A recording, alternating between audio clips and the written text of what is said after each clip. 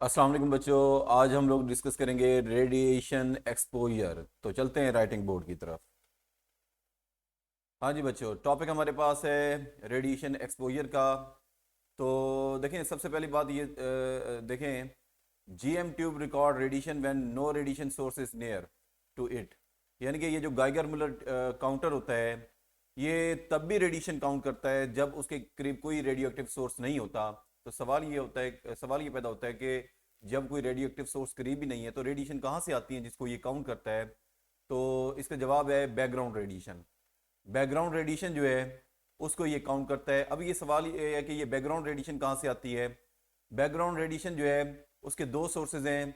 एक तो हमारे पास है कॉस्मिक रेज, और दूसरे नंबर पे हमारे पास है अर्थ क्रस्ट।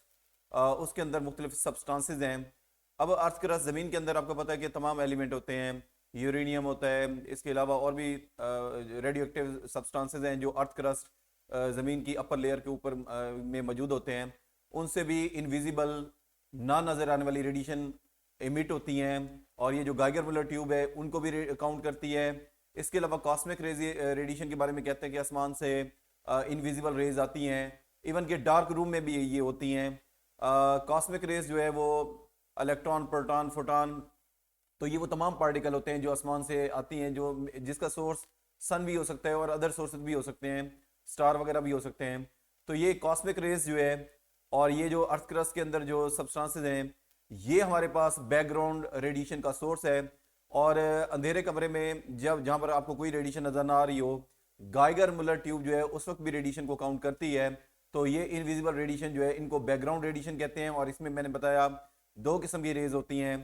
कॉस्मिक रेज और अर्थ क्रस्ट में जो सब्सटेंसेस पाए जाते हैं उनसे भी रेडिएशन एमिट हो सकती हैं, और उनको भी ये काउंट करता है जब कोई भी आप सोर्स इसके करीब नहीं रखेंगे, गाइगर मुलर ट्यूब के करीब। इसके बाद नेक्स्ट जो है हमारे पास ये जो एटमॉस्फेयर है, ये हमारे लिए बहुत बड़ा एक शील्ड हमें प्रोवाइड करती है सन की अल्ट्रावायलेट रेडिएशन से। सन की जो अल्ट्रावायलेट रेडिएशन है उनसे ये हमें शील्ड करती है, हमें प्रोटेक्शन देती है। आपको पता है कि ये जो हमारी एटमॉस्फेयर है इसकी सबसे बाहर वाली लेयर जो है वो ओजोन की लेयर होती है।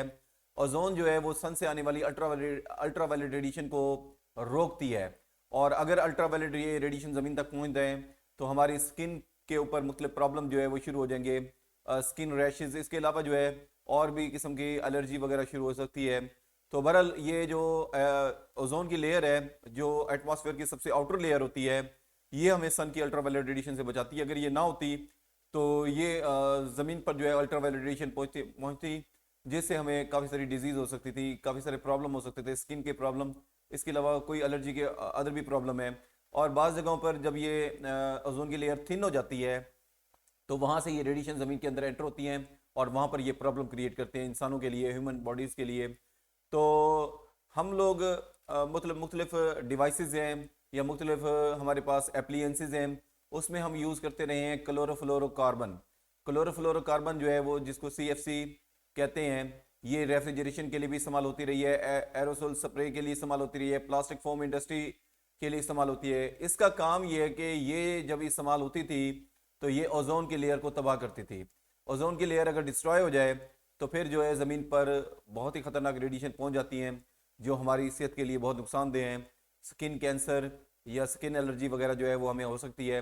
तो अब इसको क्लोरोफ्लोरोकार्बन को रिप्लेस किया गया है, इसको हटा दिया गया है। इसकी जगह ह्यूमन फ्रेंडली मतलब गैसेज जो है वो इस्तेमाल की जा रही हैं जो ओजोन की लेयर को डिस्ट्रॉय नहीं करती। अब इसके बाद जो है हमारे पास हमारे पास ये रेडिएशन जो है वो किन किन सोर्सेज से आ सकती हैं। पहली बात तो ये कि कुछ फूड्स हैं, जैसे मिसाल के तौर पर कुछ फूड्स हैं, उनमें भी जितने भी हम फूड्स लेते हैं उनमें बहुत कॉमन जो है वो रेडियो आइसोटोप्स में हमारे पास होते हैं पोटाशियम 40 और कार्बन 40। यानी कि हम बहुत सारी फूड लेते हैं जिसमें पोटाशियम 40 और कार्बन 14 होते हैं। तो ये भी रेडियो आइसोटोप्स हैं, इनसे भी रेडिएशन एमिट होती हैं। तो ये हमारी फूड में मौजूद होते हैं, यानी कि हमारी फूड जो है उसके अंदर भी रेडियो आइसोटोप होते हैं, वहाँ से भी हम पर रेडिएशन हमें मिलती हैं। और कुछ बिल्डिंग मटेरियल्स हैं, बिल्डिंग मटेरियल में जैसे सीमेंट वगैरह है उनमें भी रेडियो आइसोटोप होते हैं। अगर हम सीमेंट के अंदर अपना हाथ डालते हैं तो वो हमारी जो स्किन है वो उसकी डैमेज हो जाती है, उसकी वजह ये कि उसमें रेडियो आइसोटोप होते हैं जो हमारी स्किन के लिए नुकसानदेह होते हैं। तो ये रेडियो आइसोटोप जो है अल्फा बीटा गैमा रेज निकलती हैं, और जो न्यूक्लियर जो बम का ब्लास्ट होता है तो उसमें जिस किस्म की रेडिएशन निकलती हैं, तमाम रेडियो आइसोटोप में उसी किस्म की रेडिएशन निकलती हैं जो हमारे लिए ख़तरनाक है। इनसे हमें अवॉइड करना चाहिए, या हमें इनका कम से कम इस्तेमाल करना चाहिए। ह्यूमन एक्टिविटीज़ हैं जैसे टोबैको, यानी कि टोबैको लीव्स है, लोग तंबाकू का इस्तेमाल करते हैं, ये ख़तरनाक है, इनसे भी रेडिएशन निकलती हैं।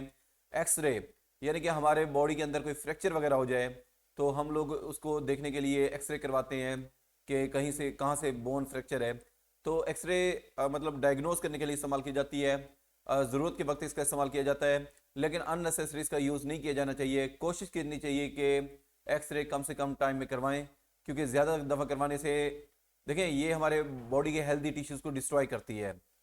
इवन के एक्सरे हमारे बॉडी के अंदर कैंसर भी बना सकती है। तो इसलिए कोशिश की जानी चाहिए कि एक्सरे का इस्तेमाल कम से कम होना चाहिए। तो पहले हमारे पास ल्यूमिनस वॉचेस आती थी, कुछ ऐसी घड़ी आती थी जिसके ऊपर कुछ पेंट होता था ऐसे, तो वो पेंट जो है उनसे भी रेडिएशन निकलती थी जो हमारी स्किन को डैमेज कर सकती थी, हमें एलर्जी कर सकती थी। तो आजकल उन पर पाबंदी है या उनका इस्तेमाल कम हो गया है। टेलीविज़न देखने से भी रेडिएशन जो है वो हम पर पड़ती हैं। तो बहुत सारे इंसान की एक्टिविटीज़ हैं इसी तरह से, जो वर्कर न्यूक्लियर पावर प्लांट में काम कर रहे होते हैं और वहाँ से भी रेडिएशन निकलती हैं। तो रेडिएशन के बहुत सारे सोर्सेज हैं।